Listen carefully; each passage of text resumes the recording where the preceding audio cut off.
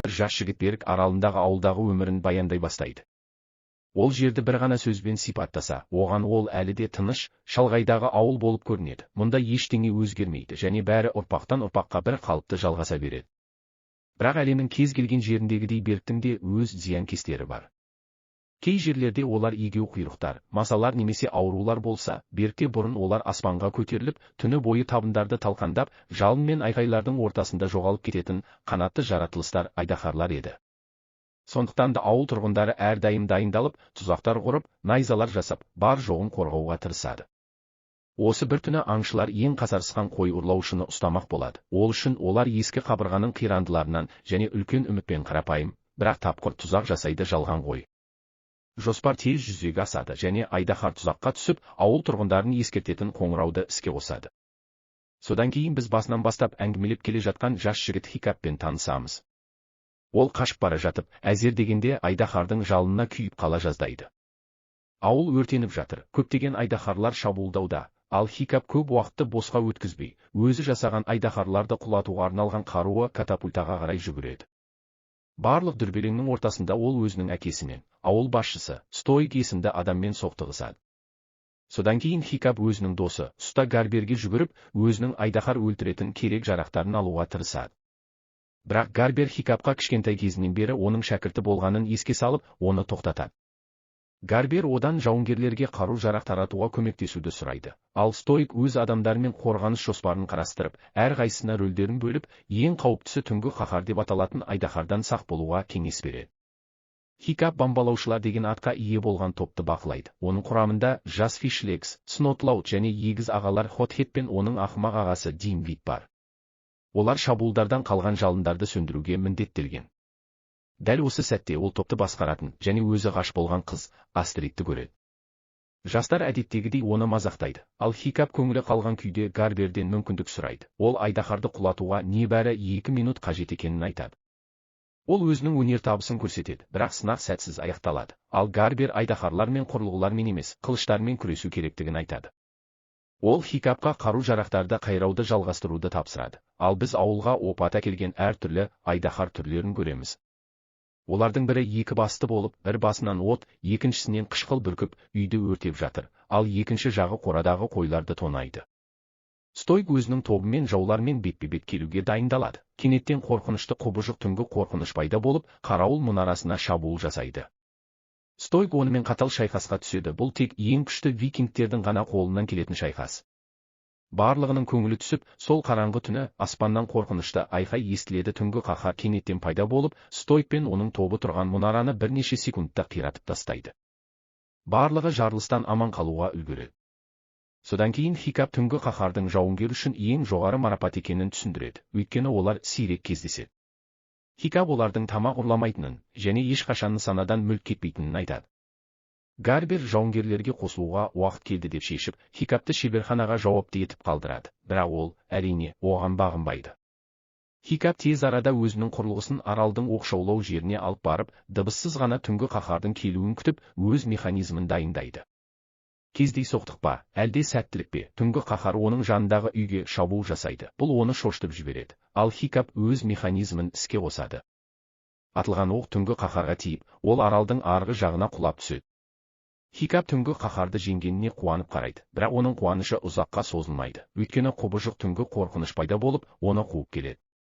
Жанында басқа айдаһарды емдеп жатқан Стоик ұлының айқайын естіп, жауынгерлеріне сол айдаһарды тоқтатуды бұйырып, өзі Хикапты құтқаруға барады. Құбыжық түнгі қорқыныш Хикапты ауылдың ішімен қуып жүріп, қабырғаға қамап қояды, бірақ Хикап бәрі бітті деп ойлап тұрғанда, әкесі келіп айдаһарды ұрады. Айдаһар Стоикті өртемек болады, бірақ оның оты тез таусылады, ал Стоик құбыжық түнгі қорқынышты соққыға жыға бастайды, ол соққыға шыдамай қашып кетеді. Ауылдағы барлық әрекетке қарамастан, бәрі бекер болған сияқты, өйткені айдаһарлар қойларды алып кетіп, үлкен қираудың ізін қалдырады. Хикап әкесін түнгі қаһарға тигізгеніне сендірмек болады, бірақ Стоик оны тыңдағысы келмейді. Стоик соншалықты ашулы болғандықтан, ұлы үйден шыққан сайын апат болатынын айтады. Оған баланың өтірігін тыңдаудан гөрі үлкен мәселелер бар екенін айтады. Қыс жақындап қалды, және оның мойнында бүкіл ауылды асырау міндеті тұр. Хикап ауыл тұрғындары азырақ тамақтана алады деп әзілдейді. Стоик ұлынан неге қарапайым бұйрыққа бағына алмайтынын сұрайды. Бұған Хикап та айдаһарларды өлтіргісі келетінін айтады. Стоик көңілі қалып, Хикап бәрі де бола алады, тек айдаһар өлтіруші емес дейді. Тіпті оның сүйіктісі де оны әрдайым қателесетіні үшін сынайды. Ал топ оны ауылдан тек ұлы батыр Стоиктың ұлы болғандықтан ғана қуылмағанын айтады. Гарбер Хикапты үйге қалдырып кеткенде, Хикап түнгі қаһар құлаған жерге баруды шешеді. Ал мәжіліс залында Стоик өз жауынгерлерін айдаһарлардың ұясына барып, мәселені бір жола шешуге көндірмек болады. Бірақ ешкім оның нақты қайда екенін білмейтіндіктен бәрі қарсы болады. Сонда Стоик ауыл ақсақалында оның орналасқан жері бар екенін айтып, олардың сол жерге баратынына уәде береді. Ұлы батырмен бәрі келіседі, ал Стоик олардан кемелерді дайындауды сұрайды. Қайтадан Хикапқа оралсақ, ол аралдың арғы жағындағы орман мен өз олжасын іздеп жүреді. Қолында өткен барлық жерлерді белгілейтін дәптері бар. Ол біраз жол жүріп, көңілі түсіп, бұтаққа тиеді. Ол кері қарай серпіліп, оның бетіне тиеді. Дәл сол кезде ол сынған ағашты және шұңқырға апаратын жолды көреді. Ол жақындап келіп, жерде жатқан қара айдаһарды шамасы ессіз күйде көреді. Хикап оған қорқынышпен, бірақ бір уақытта кішкене пышағын суырып алып қарайды. Ол түнгі қаһарға жақындап, аяғымен басып, қуанышпен айқайлайды, бірақ айдаһар өмір белгілерін көрсетеді. Бұл оны қорқытады. Хикап оны өлтіруге дайындалады, бірақ айдаһар оған мұңлы көздерімен қарайды. Бұл оны бәрін тастап кетуге итермелейді. Айдаһар ауырсынып ыңырсығандай болады, ал Хикап жақсы жігіт болғандықтан оны босатуды шешеді. Дәл осы сәтте, айдаһар босатылғанын түсініп, Хикапқа секіріп, қорқынышты ырылдайды, бірақ оған зиян келтірмей, ұшып кетеді. Хикап түнгі қаһардың енді ұша алмайтынын байқайды. Үйге келгенде Хикапты әкесі қарсы алады, ол оған үлкен жаңалығы бар екенін айтады. Хикап Стоикке де жаңалығы бар екенін айтып, алдымен әкесінің сөйлеуін сұрайды. Стоик ұлының айтқанын ойластырып, оны айдаһарлармен күрес аренасына жаттығуға жіберуді шешкенін айтады. Айдаһарлар туралы ойы өзгерген Хикап әкесінің ұсынысынан бас тартуға тырысады, бірақ Стоик шешім қабылдап қойған.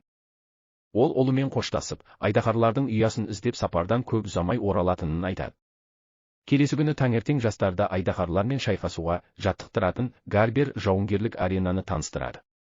Хикап та өзін таныстырады, бұл топтың наразылығын тудырады, бірақ Фишлекс оны жақтайды. Гарбер келіп, бәрін тыныштандырып, жаттығудың қалай өтетінін түсіндіре бастайды. Ол қақпаның артында жаттығуда пайдалану үшін ұсталған айдаһарлар бар екенін айтады.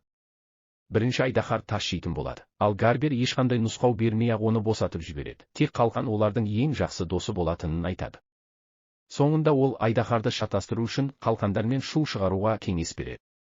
Бұл аяқталғаннан кейін айдаһар көре бастайды. Гарбер бұл түрдің 6 ғана оғы бар екенін ескертеді, әрқайсысына бірден, ал Фишлекс сөйлеп тұрғанда соққыға жығылады. Астрид басқаларға қарағанда ақылдырақ болып, бұл жою ойыны екенін түсінеді. Ол Снотлаутты алдау үшін пайдаланып, қалқандар салынған шелекке найза лақтырады. Бұл айдаһарды тағы бір оқты пайдалануға мәжбүр етеді. Қалқандардың бірі Хикапқа қарай ұшып келіп, айдаһардың оған назарын аударады. Хикап бұрышқа қамалып, соққыға жығылайын деп қалады, бірақ Гарбер уақытында араласып, айдаһарды қайтадан ұстап алып, балаға айдаһарлар әрдайым өлтіру үшін шабуыл жасайтынын айтады. Хикап түнгі қаһарды тапқан жерге қайтып келіп, оны неге өлтірмегеніне таң қалады. Ол бұрынғы жолымен жүруді шешіп, жасырын, әдемі және оқшауланған жерді табады. Сол жерде ол түнгі қаһардың тауға шығуға тырысып жатқанын көреді, бірақ айдаһар жерге құлап түседі. Қашықтан бақылап тұрған Хикап оны сала бастайды, және оның құйрығының қанатының бір бөлігі жоқ екенін байқайды. Бұл оның неліктен ұша алмайтынын түсіндіреді. Хикап қаламын түсіріп қалады, ал түнгі қаһар оның бар екенін сезіп, оған қарайды, оны сол күйге кім жеткізгенін біледі. Кейінірек залда жастар жиналып, Гарбер олардан айдаһарлардың әр түрін зерттеуді сұрап, жазылған ақпараты бар кітап таратады. Ешкім қызығушылық танытпайды, тек тіршілік иелері туралы бәрін білетін, бірақ басқалар елемейтін Фишлекс қана қызығады. Астрид залда қалады, ал Хикап оған жақындап, айдаһарлар соншалықты жаман емес шығар дейді. Астрид одан есі дұрыс па, әлде әзілдеп тұрма деп сұрайды. Хикап олардың адамдар сияқты тек қана қарны ашатынын, мүмкін өлтіру үшін емес, тірі қалу үшін ұрлайтынын айтады. Бұл Астридті ашуландырады. Ол басқалар сияқты ешқашан күресуге тура келмеген Стоиктың ұлы болғандықтан, ол басқа әлемде өмір сүретінін айтады. Ол бір күні ауыл басшысы болатынын айтып, ашуланып шығып кетеді. Содан кейін Хикап кітапты зерттей бастайды, және барлық ұсыныстардың кез келген айдаһарды өлтіруге бағытталғанын түсінеді, өйткені олардың бәрі зұлым болып саналады. Түнгі қаһар туралы бетте тек бір ғана ескерту бар, бұл Айдаһарды көрсең қаш. Содан кейін Хикап өзінің суретін сол бетке жапсырады. Ал ауыл тұрғындары, жауынгерлер Айдаһарлардың ұясы жасырынған болуы мүмкін аралға жақындап келеді. Қалың тұман бәрін көрмейтіндей етеді, олар жаға жеткенше. Дәл сол кезде шабуылдар барлық жақтан, жоғарыдан да төменнен де басталады. Жаттығуда Хикап Гарберден неліктен түнгі қаһар туралы ешқандай жазба жоқ екенін сұрайды, бірақ Гарбер оған назар аударуды айтады. Босатылған Айдаһар енді басқа түрге жатады, боран кесуші деп аталады. Жаттығу алаңы лабиринттің ішінде орналасқан, ал көп ұзамай Айдаһар Хикапты қуып келеді, бірақ Фишлекс оның алдына секіріп, тіршілік иесінің назарын өзіне аударады. Содан кейін егіздер де келеді. Ал Гарбер оларға Айдаһардың соқыр нүктесін табуды айтады, бірақ ағалар баяу әрекет етіп, етке айналып қала жаздайды. Хикап Гарберді түнгі қаһар туралы сұрауды жалғастырады, бірақ ол туралы ештеңе білмейтінін айтады.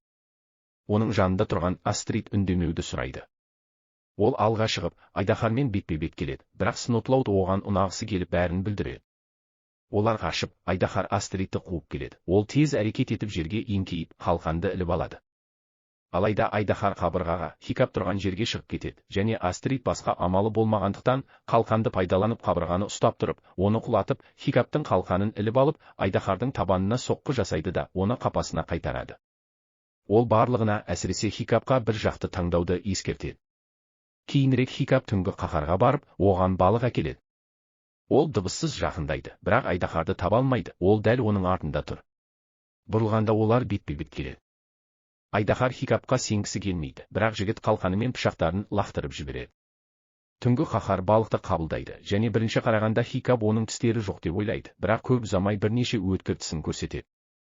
Содан кейін Айдаһар Хикапқа жақындай бастайды, ол өлімін ойлап қорқады, бірақ түнгі қаһар тек онымен бірге балық жеуін қалайды. Хикап оны қуантуға тырысып, балықтың бір бөлігін жейді. Түнгі қаһар балаға күлімсіреп қарайды, ал Хикап жақындауға тырысады, бірақ Айдаһар оны қабылдамай ұшып кетіп, аймақты жылыту үшін жерде отты шеңбер жасайды. Бұрылғанда ол Хикаптың әлдеқашан қайтадан жақын жерде тұрғанын көреді, онымен дос болуға тырысады, бірақ Айдаһар оны әлі де елемейді. Кейінірек ол басы төмен қарап, бала кетіп қалды деп ойлайды, бірақ көзін ашқанда Хикаптың әлі де сол жерде тұрып құмға сурет салып жатқанын түсінеді. Түнгі қаһар не салынғанын көру үшін жақындайды және Хикаптың өзінің портретін салып жатқанын анықтайды. Айдаһар ақылды екенін көрсете отырып, таяқты алып, құмға бірдеңе сала бастайды. Хикап жақындауға тырысады және абайсызда суретті басып алады, бұл Айдаһарды ашуландырады. Көп ұзамай ол баяу, билеп жүргендей жақындау керектігін түсінеді. Ол мұны түсінгенде, түнгі қаһарға өте жақын тұр еді. Хикап Айдаһарға қолын тигізуге тырысады, бірақ ол оны қабылдамайды, ал бала басын бұрып, тіршілік иесімен бірінші рет қысқаша жанасады. Түнде Гарбер денесінің бөліктерін қалай жоғалтқаны және алғашқы Айдаһарды қалай өлтіргені туралы әңгімелер айтады. Бір кезде ол ұша алмайтын Айдаһардың іс жүзінде өлі екенін айтады, бұл Хикапты қайғыландырады. Ол тұрып кетеді, оны тек Астрид қана байқайды. Хикап дүкенге барып, түнгі қаһар үшін қанаттар жасай бастайды. Келесі күні ол досын қайтадан зиярат етуді шешеді, оған тамақ пен сыйлық әкеледі. Ол Айдаһарға біраз балық ұсынады, бірақ себеттен электрлік жылан балықты шығарғанда Айдаһар жиреніш білдіреді, ал Хикап оны лақтырып жібереді. Түнгі қаһар жеп жатқанда Хикап өзінің жоспарын жүзеге асыруға кіріседі, және көп ұзамай оған арнайы жасаған сыйлығын орнатады. Айдаһар жеуді тоқтатады және Хикаптың құйрығында екенін түсінеді, ол тез арада көтеріледі және екеуі біраз уақыт ауада қалуға үлгереді. Алайда Хикап жасанды қанаттардың бөлігін ұстап тұру керектігін түсінеді, сонда Айдаһар дұрыс ұша алады. Содан кейін түнгі қаһар оны жерге тастайды, өзі де құлап түседі. Бұл Хикапты еш қорқытпайды, ол қуанышпен тұрып, бұл тек командалық жұмыс екенін айғайлайды. Топ үшін келесі жаттығуда таңдалған Айдаһар айқайлағыш Зипілбек, екі басты жаратылыс болып шығады, бір басынан қышқыл, екіншісінен от шашады. Олардың міндеті қай бастың не істейтінін анықтау. Топ жұптарға бөлінеді, ал төртеуі талқылап жатқанда, Айдаһар пайда болып Динбитті сүйреп әкетеді. Ол көп ұзамай қатты қорыққан күйде қайтып келеді. Бұл Айдаһар өз құрбандарымен шабуыл жасамас бұрын ойнағанды ғана жақсы көретінін айтады. Хикап Фишлекспен жұптасады, ал Айдаһар олардың артынан пайда болғанда, Фишлекс қате басқа су құйылған шелекті лақтырып қашып кетеді. Хикап жалғыз қалады. Ол да солай жасауға тырысады, бірақ сәтсіз болады. Айдаһар жақындап оны иіскей бастайды, содан кейін барлығының таңғаларлығына қарай баяу кері шегінеді. Бәрі неліктен Айдаһардың шегінгенін түсінбей, таң қалады. Дәл сол кезде Хикаптың киіміне электрлік жыланбалықтың жабысып қалғанын байқаймыз. Барлығы көргендеріне сенбейді, ал Хикап бірдеңе істеу керектігін айтады. Содан кейін ол үйіне қайтып, бұл жолы ер тоқым жасайды, бірақ айдаһар оны басында қабылдамай қашып кетеді. Алайда бірнеше әрекеттен кейін екеуі бірге ұшуға тырысады. Ұшып бара жатып, жапырақтар алқабына құлап түседі, ал Хикап айдаһарларға әсер ететін тағы бір нәрсені табады. Көп ұзамай ол мұны жегішке қарсы пайдаланады. Ол ысқырып, барлық отты шарларын тауысып алады. Ал түнгі қаһармен Хикап оны сипап, олардың иек тұсы сезімтал екенін анықтайды. Келесі жаттығу сеансында ол мұны боран кескішке сынап көреді, және барлығының таңғаларлығына тағы да табысқа жетеді. Ол түнгі қаһармен зерттеуін жалғастырып, олардың шағылысқан жарықпен ойнағанды ұнататыны сияқты басқа да нәрселерді ашады. Тағы да ол мұны жаттығуда пайдаланып, кішкене айдаһарды қапасына жібереді. Енді бәрі оған таңғалады. Ал Астрид оған күдіктенеді және ашуланады. Ол Хикаптың ормандағы жабдықтарымен өтіп бара жатқанын көргенше. Ол оны қуып жетпекші болады, бірақ оны жоғалтып алады. Стоик және оның жауынгерлері сәтсіз аяқталған миссиядан бірнеше жараланған адаммен оралды. Барлығы Стоикке Хикаптың ақыры жауынгер болып шыққанын айтады, ал ол бұған сенбейді. Ал Хикап өзінің жабдығын және жаттығуларын жақсартты. Ол өзінің тіссіз деп атаған досымен бірге аспанда ұшады. Екеуі де тамаша үйлесімдікте әрі бақытты. Хикап ұшу нұсқаулығын дәптерін түсіп қалдырғанша. Сонда екеуі аспаннан төмен құлай бастайды. Хикап дәптерді қайтарып алып тіссізге береді, бірақ олар тым жылдам төмендеп бара жатыр, ал ол нұсқаулықты көре алмайды, сондықтан оны тастауды шешеді, ал екеуі онсыз да керемет ұшады да тойлайды. Содан кейін ұлы элиталық жауынгерді таңдау күні келеді, және Хикап элиталық жауынгер болып тағайындалады. Бұл оның әкесін мақтан етеді, ал Астрид ашуланады. Келесі күні ол тіссізге баруға барғанда, Астрид сол жерде тұрады, ал Хикап досын жасыруға тырысады, бірақ Астрид Хикаптың бірдеңеге қатысы бар екенін білетінін айтады. Содан кейін тіссіз пайда болып шабуыл жасауға дайындалады. Астрид те шабуылға дайындалады, бірақ Хикап екеуін де тоқтатып, сіздің ешқандай қауіп төндірмейтінін айтады. Ол өзінің қаруын алуға тырысады, бірақ Хикап оған олай жасамау керектігін ескертеді, ал қыз көңілі қалып сол жерден кетеді. Бірақ Хикап Астридтің ауылдың қалған тұрғындарына айтып беруіне жол бере алмайды, сондықтан ол оны тіссізбен бірге алып, жартастың басына апарады, ешкімге айтпауға уәде береді. Ол одан өзіне сенуді сұрайды және тіссізбен бірге серуендеуді сұрайды, ал тіссіз қызға қызғаныш білдіріп, көп ұзамай ақымақтықпен ұша бастайды. Астрид қорқады, ал Хикап одан ойнауды тоқтатуды сұрайды. Содан кейін Астрид тіссізге тиіп, бұрынғы үшін кешірім сұрайды. Айдаһар кешірімді қабылдап, қалыпты ұша бастайды, және олар Астрид көрініске таңданып, ауылдан мұны қалай жасыратындары туралы сөйлескен кезде тамаша ұшу жасайды. Тіссіз күтпеген қылықтар жасай бастайды, және көп ұзамай олар жандарынан бірнеше айдаһардың ұшып бара жатқанын байқайды. Олар жанартауға қарай бет алып бара жатыр, және олар топтың соңынан еріп, айдаһарлардың ұясын, және одан да жаман нәрсені альфа айдаһарды тауып алады, және басқалары оны ұстап тұруға тырысып жатқан жұмысшылар ғана екенін түсінеді. Олар ол жерден тезірек кетуді шешеді, альфа басқа айдаһарларды жұта бастағанда. Содан кейін олар екі достың жасырынған жеріне қайтып келеді, ал Астрид Стоикке үйі туралы айтқысы келеді, бірақ Хикап досының өмірінен қорыққандықтан уақыт сұрайды. Астрид келіседі және ұрлаған үшін оны ұрады, бірақ содан кейін тамаша серуен үшін сүйеді. Бұл жігітті қуантады, ал тіссіз досына сыни көзбен қарайды. Келесі күні соңғы сынақта олар құбыжық түнгі қорқынышпен кездесуі керек. Ауыл тұрғындары Хикаптың қаншалықты керемет екенін көру үшін жиналды, ал Стоик ұлына қаншалықты мақтанатыны туралы сөз сөйлейді. Көп ұзамай Гарбер Хикапты сайысқа шақырады, ал барлығы оны қолдайды. Хикап өзінің дайын екенін ескертеді. Көп ұзамай олар от бүркіп, қашуға тырысып жатқан құбыжық түнгі қорқынышты босатып жібереді. Алайда ол аренаның ішінде Хикаптың бар екенін байқап, оған қарай бағыт алады, бірақ Хикап өз жабдықтарын лақтыра бастайды, ал айдаһар жақындаған сайын бәрі уайымдайды. Хикап оған қолын тигізуге тырысады, бұл бәрін таңғалдырады. Стоик айқасты тоқтатуды бұйырады, бірақ Хикап оны тоқтатып, бәрі жақсы екенін айтады. Ол оларды өлтірудің қажеті жоқ екенін, және олардың дос бола алатынын айтады. Ашуланған Стоик балтасын қақпаға лақтырады. Бұл айдаһарды ашуландырып, ол Хикапқа шабуыл жасай бастайды. Тіссіз айдаһардың айқайын естіп, не болып жатқанын көруге шешім қабылдайды. Хикап қабырғаға өрмелеуге тырысады, бірақ айдаһар оның артынан қалмайды. Астрид аренаға кіруге үлгереді, ол жыртқыштың назарын аударады, ал Стоик олардың қашу үшін есікті көтереді, бірақ айдаһар шығу жолын бөгеп, Хикапты тырнағымен ұстап алады. Дәл осы кезде тіссіз пайда болып жау айдаһармен шайқаса бастайды. Екеуі қатал шайқасқа түседі. Ал тіссіз қобыжық түнгі қорқынышты қапастың ішіне қамап үлгереді. Бірақ оны жауынгерлер қоршап алады. Бұл оны тоқтатады. Алайда стоик тіршілік иесімен күресе бастайды. Бірақ ол айдаһарға тең келмейді. Ал ол оны аяқтауға жақын қалғанда Хикап өз айдаһар досынан тоқтауын сұрайды. Тіссіз досының тілін алып, бірақ содан кейін бірден тұтқындалады. Дәл осы сәтте стоик әлі не істерін шеше алмаған, ал әкесі мен баласы бетпе-бет келеді. Хикап ұяны тапқанын айтады, ал стоик одан қалай тапқанын сұрайды. Бұған Хикап тек бір ғана айдаһар оны таба алатынын айтады. Содан кейін стоик өз жауынгерлерін жинап, ұяға баруды шешеді. Хикап оны қауіпті екендігін ескертпек болады, бірақ ашуланған стоик Хикаптың енді оның ұлы емес екенін айтады. Ұяға бару үшін кемелер флоты дайындалады, ал тіссіз оларды жетелейді. Орнына жеткенде кіреберісте ақ бірнеше айдаһар күтіп тұрады, ал тіссіз күтпеген қылықтар жасай бастайды. Бұл стоикке олардың дұрыс жерге келгенін түсіндіреді. Ал Хикап өз достарын, ата-аналары мен жолдастарын құтқаруға көмектесуге көндірмек болады. Олар келіседі, бірақ қалай жететіндерін сұрайды. Ал Хикап олардың айдаһарларға мініп баратындарын айтады.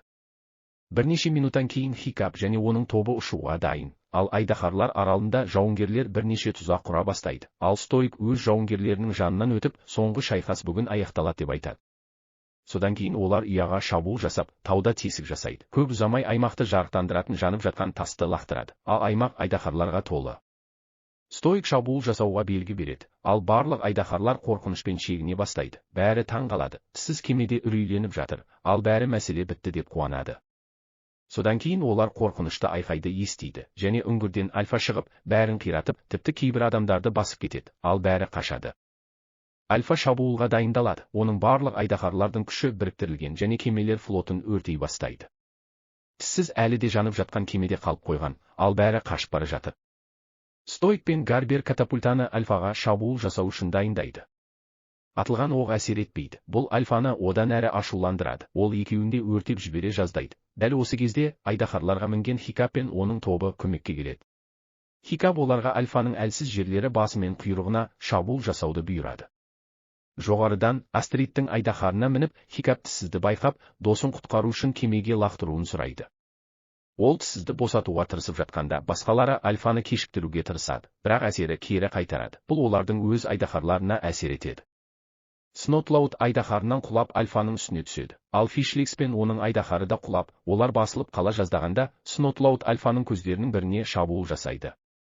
Хикап әлі де досын құтқаруға тырысып жатқанда, Альфа кемеге тырнағын тигізіп, оны толығымен сындырып тастайды. Сөйтіп екеуі де суға батады, ал Хикап досын суға батып кетуден сақтауға тырысады. Стоик ұлын құтқарып қайтадан суға сүңгіп тіссізді құтқарады. Ол тез арада айдаһарды қатырып, ол оны құтқарып бетіне шығарады. Астрид пен оның айдаһарын Альфа жұтып қоя жаздайды, бірақ ол одан секіріп түсіп, аузына тұрып қалған айдаһардың құйрығын босату үшін тістерін сындырады. Альфа шабуылға дайындалып жатқанда, Астрид Хикапты көріп, сүйіктісінің құшағына секіруді шешеді. Тіссіз оны аяғынан ұстап алып, қатты жерге лақтырады. Содан кейін Хикап пен тіссіз шабуылға кіріседі. Олар Альфаға қарсы сүңгіп, оны ұрады. Бұл оны ашуландырып, олар аспан арқылы қуып жүріледі. Альфа аспанда адасып қалады, ал тіссіз оған барлық жағынан шабуыл жасап, барлық қанаттарын өртейді, ал Альфа үмітсіздікке салынып бәрін өртей бастайды. Тіссіздің жасанды құйрығы да өртенеді. Хикап пен тіссіздің енді мәселені шешуге аз уақыты қалды, сондықтан олар Альфаны тұзаққа түсіруді шешеді. Олар тереңге сүңгіп кетеді, ал Альфа оларды қуып жетеді. Тіссіз бұрылып Альфаның аузына шабуыл жасайды, ол аспаннан құлайды. Өкінішке орай, оның құйрығы Хикапқа тиіп, ол жалынға құлап түседі, бірақ тіссіз досын қорғау үшін оның артынан түседі. Біраз уақыт өткен соң Стоик ұлын іздеп тауып алады, ал жанында тіссіз әлі де тірі күйде, жерде бүктеліп жатады. Көп ұзамай барлығы көз жастарымен келіп Хикаптың өлді деп ойлайды. Стоик жылайды, ал тіссіз Хикапты құтқарып қалғанын көрсетеді. Барлығы қуанады, ал Стоик тіссізге рахмет айтып, ол енді олардың отбасының мүшесі екенін айтады. Біраз уақыт өткен соң Хикап үйінде оянып кетеді, жанында тіссіз жатыр. Ол бәрі түс болды деп ойлап, әкесінің тіссіздің оның үйінде болғанына ренжімейтініне алаңдайды. Содан кейін екі батыр сыртқа шығып, ауылдың айдаһарларға толы екенін көреді, бірақ бұл жолы олар дос. Хикап әкесін тауып, оның біраз уақыт ессіз жатқаннан кейін бірнеше нәрсе өзгергенін айтады. Көп ұзамай Астрид келіп оны сүйеді. Хикап мұны үйреніп қалғанын айтады. Гарбер де келіп, Хикаптың тіссіз үшін жасаған қанаттарының жобаларын тапқанын, оларды қайта жасағанын және енді жаңа жұпты ұсынғанын айтады. Фильм Хикап пен Астрид енді айдаһарлардан қорықпайтын, өзгеріске ұшыраған ауылдың үстінен ұшып өтумен аяқталады.